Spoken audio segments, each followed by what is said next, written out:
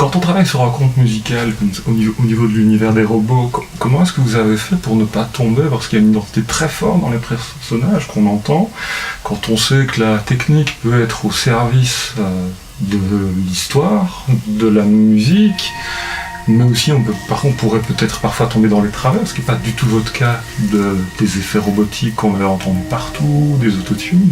Comment est-ce qu'on arrive à gérer comme ça un tout de manière aussi cohérente que vous l'avez fait? Ça a été beaucoup de travail. Il y a quand même de l'autotune, mais je ne l'utilise pas de manière classique. Bien sûr. Je l'ai utilisé juste pour robotiser un petit peu les voix quand je chante moi, pour donner un grain robotique. Et sinon aussi il y a le fait que je pars d'un transcripteur, je sais pas comment on dit, d'une voix synthétique pour texte à lire, d'un programme qui parle quoi. Et là il y a quelque chose de spécial qui s'est passé parce qu'il n'y a pas de programme qui chante tout seul. Donc j'ai dû faire les phrases à partir des phrases que j'avais de Michel. Et de là j'ai dû, avec l'autotune, d'abord recaler dans le temps, dans la rythmique, plus faire chanter après des notes. Ce qui était assez difficile mais aussi très amusant, parce que du coup j'étais libre, vu qu'elle ne chante pas, finalement je lui faisais chanter ce que je voulais quoi.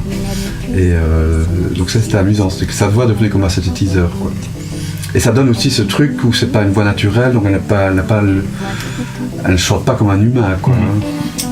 Comment est-ce qu'on fait pour travailler le côté humain, par la ponctuation, par rapport pour que le texte à un moment rentre au service? Là je sais bien qu'on va un peu loin dans la discussion, on a mais parce qu'à l'écoute du projet, je veux dire, les respirations dans la voix, dans le récit du conte, on sent que c'est vraiment voulu travailler, qu'il y a des espaces, il y a des répétitions.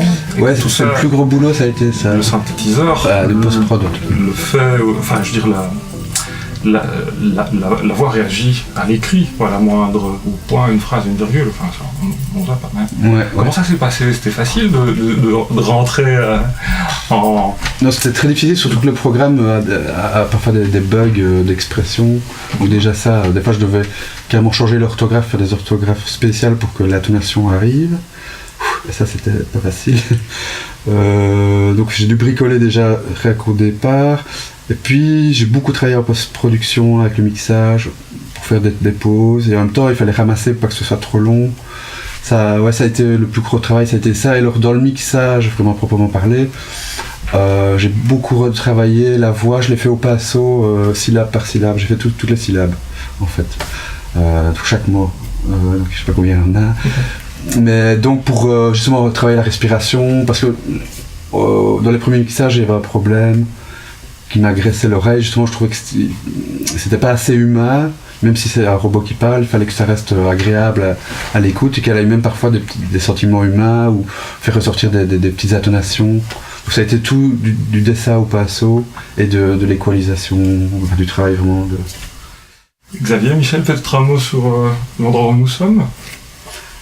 Ça c'est mon petit studio, avec toutes mes machines. C'est ici que tout s'est passé. Voilà, c'est ici que tout s'est passé. Alors il y a des machines, tout n'est pas là. Donc la moitié des instruments ici sont faits par moi-même. Donc ça va des jouets transformés à des modulaires, il y a des règles d'effets, il y a encore un modulaire. Ça c'est des machines sonores avec des moteurs, du glitcher, un bugger de CD, donc ça c'est un lecteur CD qui peut être détourné. Voilà, toutes sortes de... Je fais la plupart de mes instruments moi-même. Et voilà, donc ça donne aussi... Donc j'ai intégré tout ça, du sound design numérique à des choses analogiques, du circuit bending de jouets, voilà, et du field recording. Il y a des ambiances que j'ai enregistrées en plein air, des ambiances de forêt qu'on entend par moment. Ça c'est enregistré ici dans la forêt. De la récupération aussi. Donc. La récup, transformation. Ce qui fait que vous êtes en adéquation aussi avec le thème que vous proposez. Ah oui, l'obsolescence et tout. L'obsolescence, des robots, d'ailleurs, Cop qui a un peu aussi qui a ce truc qui est là depuis longtemps, mais qui est moins designé que les autres, mais qui a une autre personnalité. Et à un moment donné, en tout cas moi c'était évident que si on venait avec un livre en plus et des illus, on venait retirer tout le côté. Il fallait que la personne qui écoute ça puisse créer ses propres images. Dans la mesure où on était avec un son qui était vraiment bien précis, qui était vraiment bien bossé, bien étudié, si on venait avec des images en plus, on venait complètement tuer la narration et tout le sound design qui suit la narration est pensé pour insuffler comme ça des images, mais après c'est comme quand on lit un roman et qu'on voit le film. Quand on lit un roman, on crée les images nous-mêmes, la voix des personnages, et ici on voulait un peu cet effet-là aussi, laisser l'imagination faire une partie du travail.